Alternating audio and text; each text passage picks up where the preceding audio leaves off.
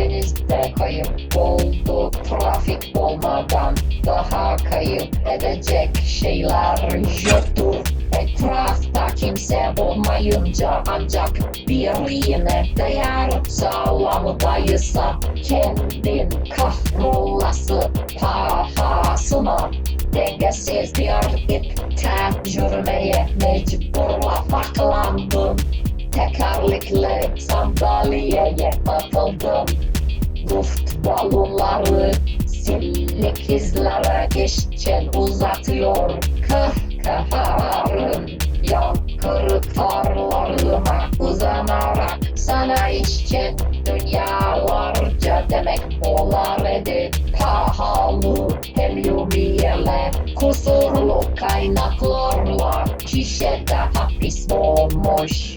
Dengesiz bir ipte mecburla baklandım. Adım Ayşe! Gelirsin!